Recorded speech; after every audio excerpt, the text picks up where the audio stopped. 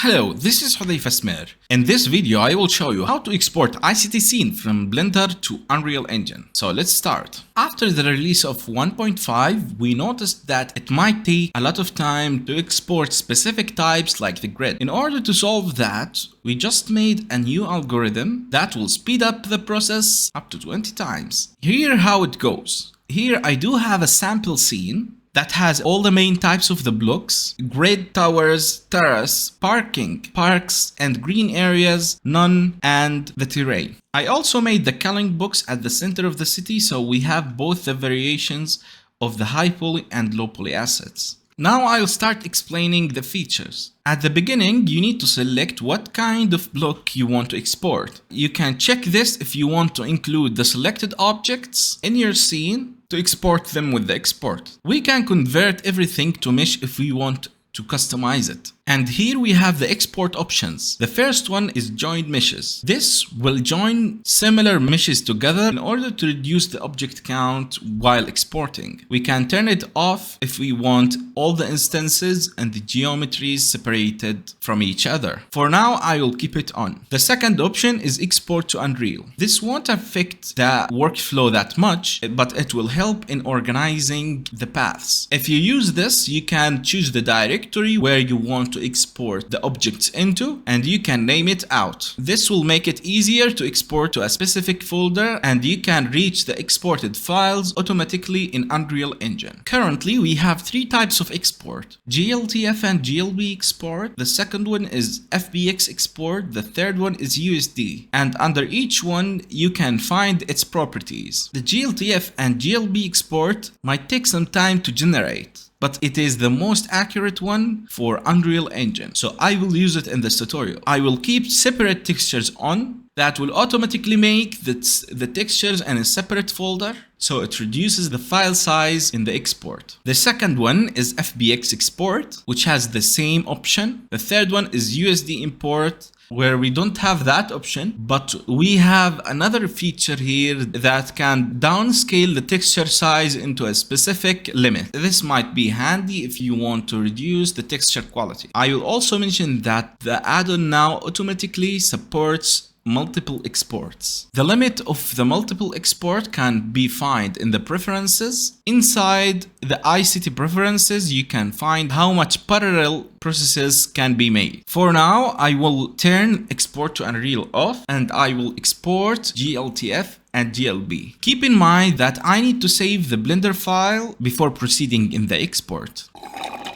After I saved that, I can proceed with the export. Here I can select what I want to export. I will select the road and the sidewalks and the towers together. Now I will click export. Here you can track the progress of the export. Keep in mind that you can still work on your scene meanwhile. You can also check what is happening and what is exporting. On parallel, I will choose the grid and the parks and the terrace to export them. I will keep the same name. That should not cause any issues. Now I will select Terrace and export them. As you can see, we have three parallel operations working together. As you can see here, we have the report for the last one. Now we can check it out. The report will give us all the operations that happened in order to export that out. To import in Unreal, I'm using the vehicle example. I removed the basic map to start importing. To import, I will go to the folder and I will start importing.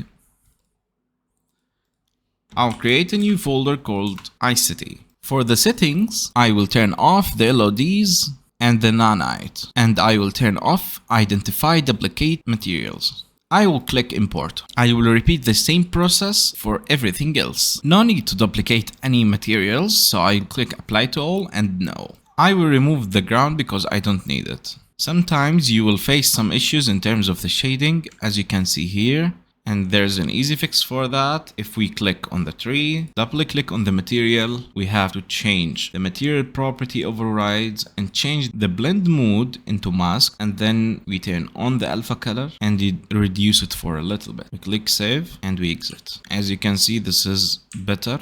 We can repeat the same process for the rest of the materials. And now to generate the collisions, I simply need to double click on the road, double click in the static mesh to open the editor, and then I can search for complex. I will edit the collision complexity to use complex collision as simple. I will save and exit. I will repeat that process into the sidewalk, double click, edit the static mesh. I will use complex collision as simple, save and exit. Now if I hit play, as you can see, we can freely drive in the scene using the road collision. And that's it for our tutorial today. Leave a like and subscribe, and don't forget to grab the latest update of iCity. If you have suggestions or need some help, we would be happy to help you inside our community server. I will leave links below. Have a great day.